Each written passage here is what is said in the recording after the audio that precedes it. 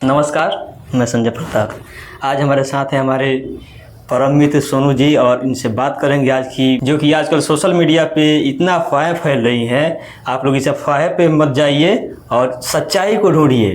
तो आइए हम बात करते हैं सोनू जी से। स्वागत है आपका अपने ही पॉडकास्ट में। बहुत बहुत धन्यवाद संजय जी। आप ये जो चर्चा हमें हमारे ही पॉडकास्ट में आपने इनवाइट किया और ये हम आप लोगों को बता दें, ये हमारे सहयोगी हैं। बहुत सारे कामों में ये हमारा सहयोग करते हैं। जब हम पॉडकास्ट करते हैं, जब मैं वहाँ बैठता हूँ, यहाँ कोई गेस्ट बैठता है तो उसका पूरा जो भी कवर करना होता है वो संजय जी करते हैं। क्वेश्चन का भी बहुत सारा हेल्प हमें करते हैं।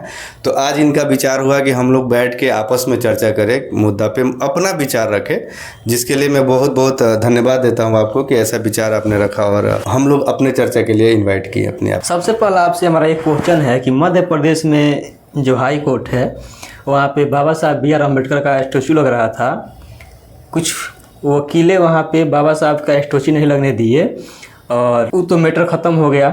लेकिन एक मैटर चल रहा है कि वही वकील जो हैं वहाँ पे सोशल मीडिया पे आ करके और कुछ अफवाहें फैला रहे हैं कि बाबा साहब बी आर अम्बेडकर ने संविधान नहीं लिखे, उसका निर्माता BN राव है। तो इस पर आपकी क्या राय है? देखिए, ये तो देश का कहें और उस प्रदेश का कहें, ये दुर्भाग्य है कि हमारे महापुरुषों को आज जो टाइम चल रहा है, जो समय चल रहा है, जो सरकार ऐसे लोगों को सहयोग कर रही है, सह दे रही है कि इस टाइप का विचार करके अपना पूरा देश का माहौल को ख़राब किया जाए, कुछ टारगेटेड किया जाए और जो रियल है उसको मिटाने की कोशिश किया जाए और कुछ अलग अपना जो उसको अपना सही लग रहा है उसको प्रेजेंट किया जाए।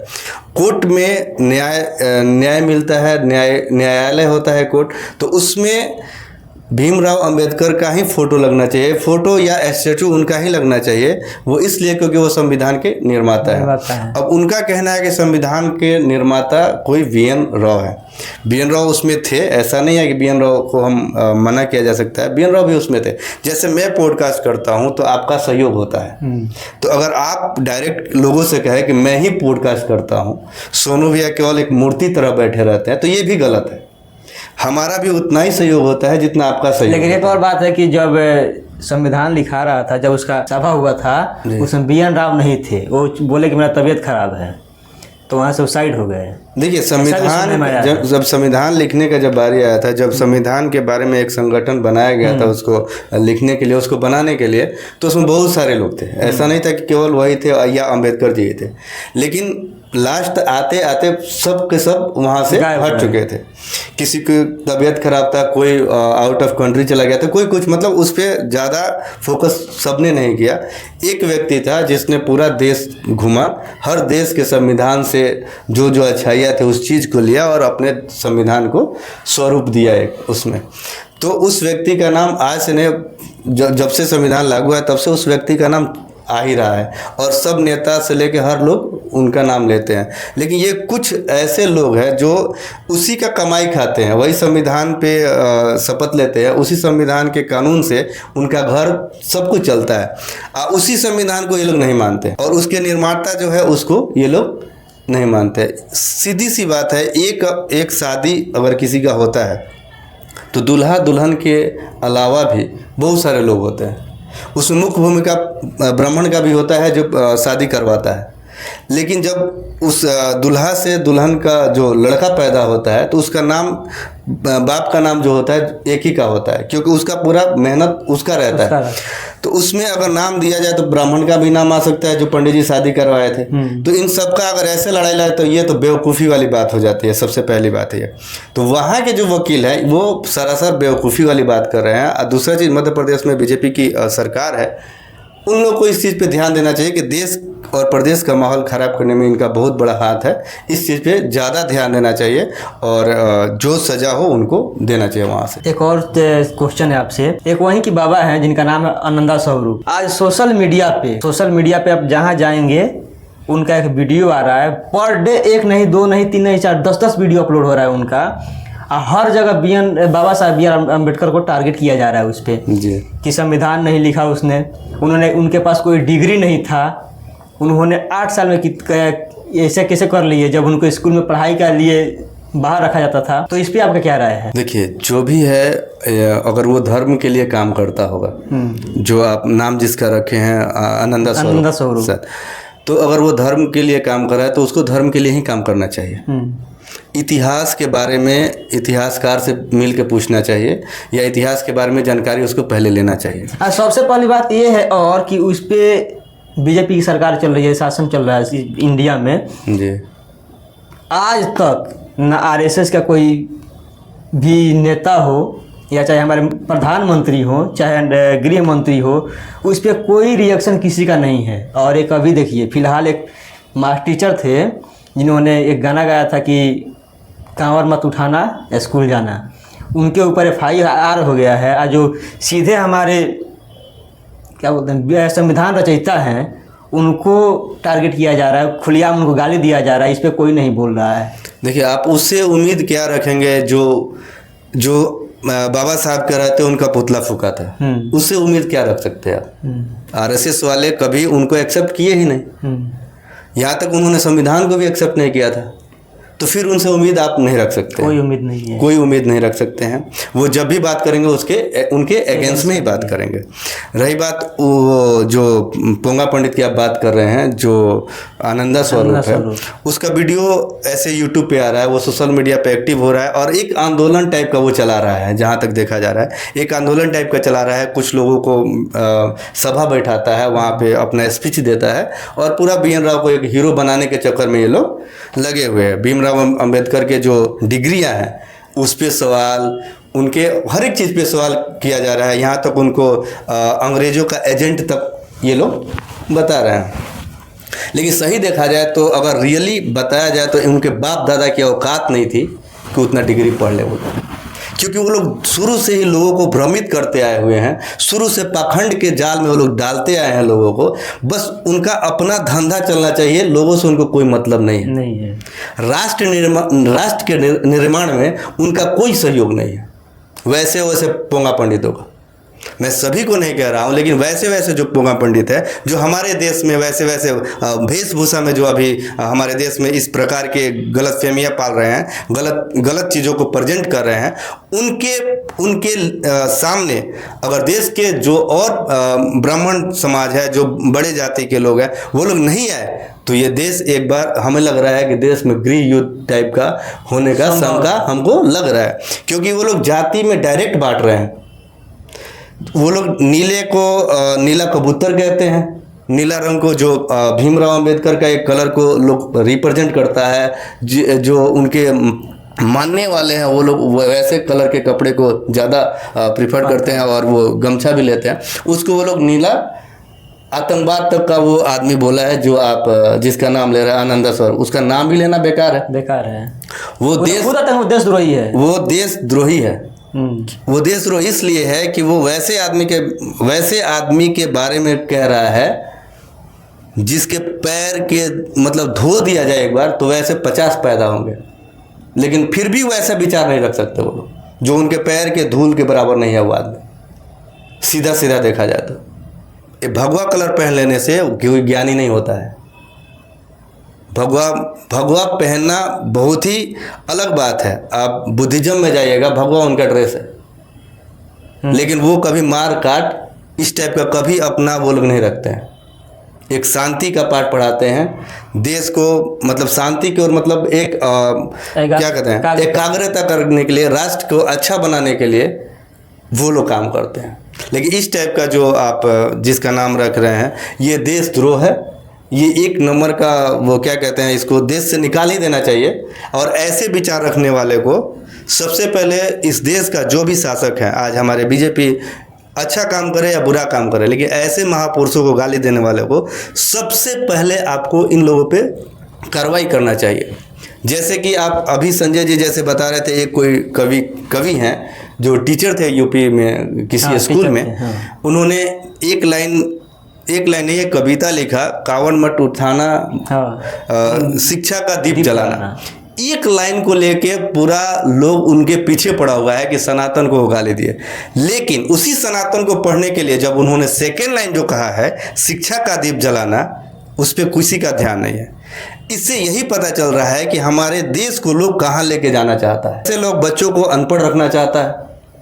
हम उन सभी से एक सवाल मैं पूछना चाहता हूँ, जितना लोग उनके अगेंस्ट में बात कर रहे हैं, जितना नेता अगेंस्ट में बात कर रहे हैं, जितना एंकर उनके अगेंस्ट में बात कर रहे हैं, जो सनातन का ठेका लेकर बैठे हुए हैं, जो ब्राह्मण जो पोहा पंडित हैं वो उनके बारे में ऐसे बात कर रहे हैं, उनके लड़के, उनके भाई, उनके वाइफ, उनकी बेटियां कितना कांवड़ लेके जाती हैं वहाँ? कोई नहीं जाता। कोई बताएगा? कोई नहीं जाता है। नेता के सभी लड़के जो आज जो नेता जो हैं, हमारे धर्म के ठेकेदार जो बन के बैठे हुए हैं, वो क्यों नहीं अपने बेटा को वहाँ के जिला अध्यक्ष बना देते हैं उस धर्म के नाम पे? नहीं बनाएंगे क्योंकि वो जानते हैं कि जो देश के लोग हैं वो बेवकूफ़ है। उनको बेवकूफ़ बनाया जाए, उनको आगे रखा जाए, उनको मार खिलाया जाए अपना चमकाने के लिए। सदियों से यही चलता आ रहा है ना, तो सदियों से यही चलते आ रहा है, तो वो लोग उसी चीज़ का प्रयोग कर रहा है। हाँ, और आने वाले समय में फिर आज से 3000 साल पहले जैसा था सेम होने वाला है। देखिए, इतिहास अभी जो माहौल चल रहा है देश का, इसमें सबसे ज़्यादा इतिहास से खेला जा रहा है। अपनी गलती छिपाने के लिए दूसरे के इतिहास को ऊपर किया जा रहा है ताकि हमारा गलती जो है वो छिप जाए, जिसपे लोगों को भ्रमित किया जा रहा है। बच्चों का किताबें जो है उनको भी बदला जा रहा है, एनसीईआरटी का बुक बदला जा रहा है, उसमें इतिहास अपने अनुसार इतिहास उसमें बना के डाला जा रहा है। किसी को गद्दार बताया जा रहा है, किसी को कुछ बताया, ठीक है, वो आपके अनुसार इतिहास रहना चाहिए, पढ़ाया जा रहा है, पढ़ने देना चाहिए उस चीज़ को। लेकिन आपका फ्यूचर क्या है? आप फ्यूचर के बारे में क्या सोच रहे हैं? उस बच्चों का फ्यूचर आप क्या दे रहे हैं? इतिहास को गलत साबित करके उनका फ्यूचर आप नहीं बना रहे हैं। आप देश में एक ऐसा माहौल तैयार कर रहे हैं कि हर एक जाति से लड़ाई करे और आप उसका तमाशा बनाएं, और आप एक ऐसा जगह रहे, एक सुरक्षित, एक जो आपका वोट है वो चीज़ बना रहे और लोग कट के मर जाए। आप देश को कुछ लोग यहाँ लेके जा रहा है। अभी उत्तर प्रदेश का घटना है जो 5000 से ज़्यादा स्कूलें बंद हो रही हैं, मर्ज हो रहा है। सोशल मीडिया पे कुछ ऐसा वीडियो वायरल हो रहा है कि कुछ बच्चे स्कूल के गेट पे खड़ा होकर रो रहे हैं, पेड़ के नीचे पढ़ाया जा रहा है, और एक तरफ सरकार शिक्षा को बढ़ावा दे रहे हैं, एक तरफ स्कूल बंद हो रहा है, एक तरफ क्या कांवरियों को समर्थन दिया जा रहा है। तो आपको क्या लगता है, हमें धर्म बचाना है या शिक्षा बचाना है? इस पे आप क्या कहेंगे? देखिए, धर्म अपनी जगह पे है, हाँ, शिक्षा देश को आगे ले जाने वाला। स्कूल बंद होना चाहिए कि नहीं होना चाहिए? स्कूल कभी बंद नहीं होना चाहिए। अगर स्कूल बंद किया जा रहा है तो ये सरकार की नाकामी हो रहा है, उतना शराब की ठेके खोल रहे हैं। आप एक बार खुद सोचिए, दिल्ली की सरकार थी, हाँ, जिसमें केजरीवाल थे, जो स्कूलों को इतना अच्छा सुविधा बढ़ाया था सरकारी स्कूलों में। शराब को लेके बीजेपी वाले पूरा उनको घेर के, और जो भी हुआ वहाँ से वो हार गए। आज तो रो रहे हैं सब, आज वहाँ से हार गए दिल्ली से। आज यूपी में क्या कर रहे हैं ये लोग? आज उसी बंदे का फॉर्मूला अगर देखा जाए तो ये लोग अप्लाई कर रहे हैं, जो झूठा था। इनके अनुसार वो सही था, लेकिन केजरीवाल के अनुसार वो झूठा था। लेकिन ये क्या कर रहे हैं कि अब देख रहे हैं कि शराब, इकोनॉमिक बढ़ाने के लिए शराब की दुकानें खोलो, लोगों को अनपढ़ रखो। आपको बता दें कि सरकारी स्कूल में सबसे ज़्यादा कौन पढ़ता है? गरीबों के, सबसे ज़्यादा गरीब के लड़के वहाँ पढ़ते हैं। जो दलित है, पिछड़े हैं, जिनको बहुत सारी कमियां हैं, वो लोग वहाँ जाता है। अगर दलित के लड़के को एक किलोमीटर पे जिनका स्कूल हुआ करता था, आज 5 किलोमीटर पे स्कूल हो, तो वो छोटा छोटा बच्चा जाएगा कैसे? नहीं जा पाएगा। नहीं जाएगा तो स्कूल बंद, तो वो उसको शिक्षा कहाँ से मिलेगा? नहीं मिलेगा। शिक्षा नहीं मिलेगा तो वो अनपढ़ रहेगा। यही सरकार चाह रही है। अनपढ़ रहेगा तो शराब का ठेका चलेगा, शराब का ठेका चलेगा, हर चीज़ चलेगा, क्योंकि वो जाकर लास्ट मजदूरी करेगा, किसी खेत में जाएगा, फिर आएगा शाम में पिएगा। तो वही बात है ना कि शिक्षा को आप बढ़ावा नहीं दे करके उसको बंद कर रहे हैं, और नाम दे रहे हैं कि हम उसको मर्ज कर रहे हैं। आप उस बुक पढ़िएगा, 50 से नीचे जिसमें लड़के हैं उसको वो लोग बंद कर रहे हैं स्कूल को। केरला का एक घटना है जिसमें एक स्कूल में एक लड़की पढ़ती है, वहाँ हर एक टीचर जाते हैं, हर एक सब्जेक्ट उसको पढ़ाते हैं। जैसे 50 लड़के को पढ़ाया जाता है, वैसे वहाँ का सरकार जो है वो बोली हुई है वहाँ पे कि जैसे 50 लोगों का क्लास होता है वैसे आपको इनका भी करना है। अब वो रेगुलर जाते हैं, कंटिन्यू उनकी पढ़ाई होती है, सब कुछ वहाँ हो रहा है। लेकिन आज 20 बच्चे जिस स्कूल में हैं, यूपी सरकार उस चीज़ को बंद करके उसको मर्ज कर रही है। इतना दूर कर देगी कि वहाँ के बच्चे पढ़ने लायक नहीं रहेंगे, वो लोग मजदूर हो जाएंगे। फिर वही चीज़ आ जाएगा कि वो लोग मजदूरी करेंगे, शराब पिएंगे, सब कुछ करेंगे और अपने राजा को राजा मानते रहेंगे और गुलामी की ओर उनको ढकेला जा रहा है।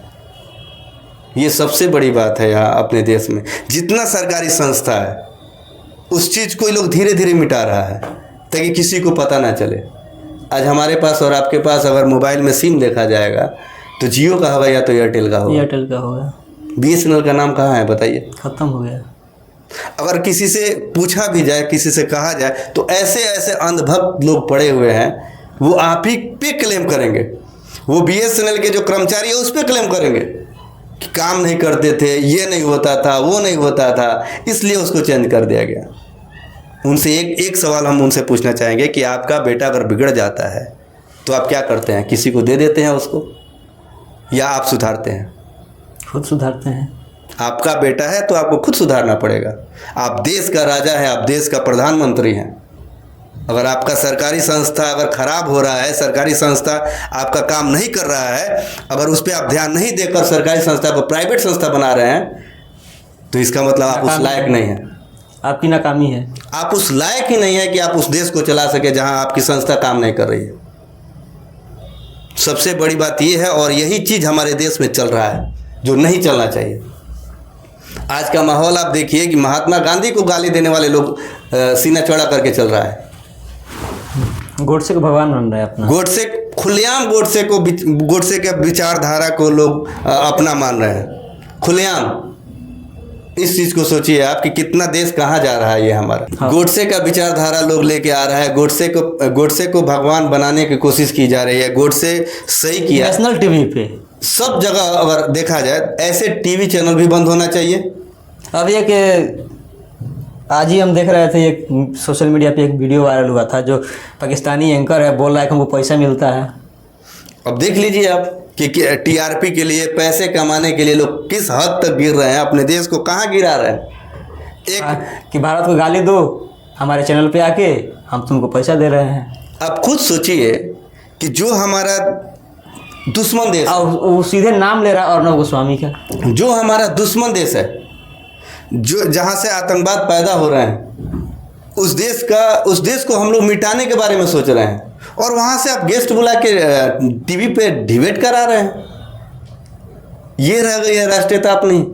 और ये ऐसे राष्ट्र का निर्माण करेंगे ये लोग टीवी चैनल वाले। अभी जो ऑपरेशन सिंदूर हुआ था, सब चैनल वाले पाकिस्तान का एक स्टेट को पकड़ लिया था। कोई लाहौर पे हमला बोल दिया था, कोई इस्लामाबाद पे हमला बोल दिया था। हुआ कुछ नहीं। खुद सोचिए कितना गिरा हुआ पत्रकारिता हो रहा है आजकल। और ऐसे ऐसे न्यूज़ चैनल पे डिबेट इतना गंदा हो रहा है कि आप देख नहीं सकते। आपको मन करेगा कि फोड़ दे टीवी को, लेकिन हो रहा है। इसलिए हो रहा है क्योंकि उनको सरकार की ओर से पूरा सहयोग मिल रहा है वैसे डिबेट करने का, विपक्ष वालों को गाली देने का। और सरकार के जैसे प्रवक्ता बोलते हैं, ऐसे लगता है कि बस कोई प्रवचन कर रहा है, उसको शांति से सुनना चाहिए।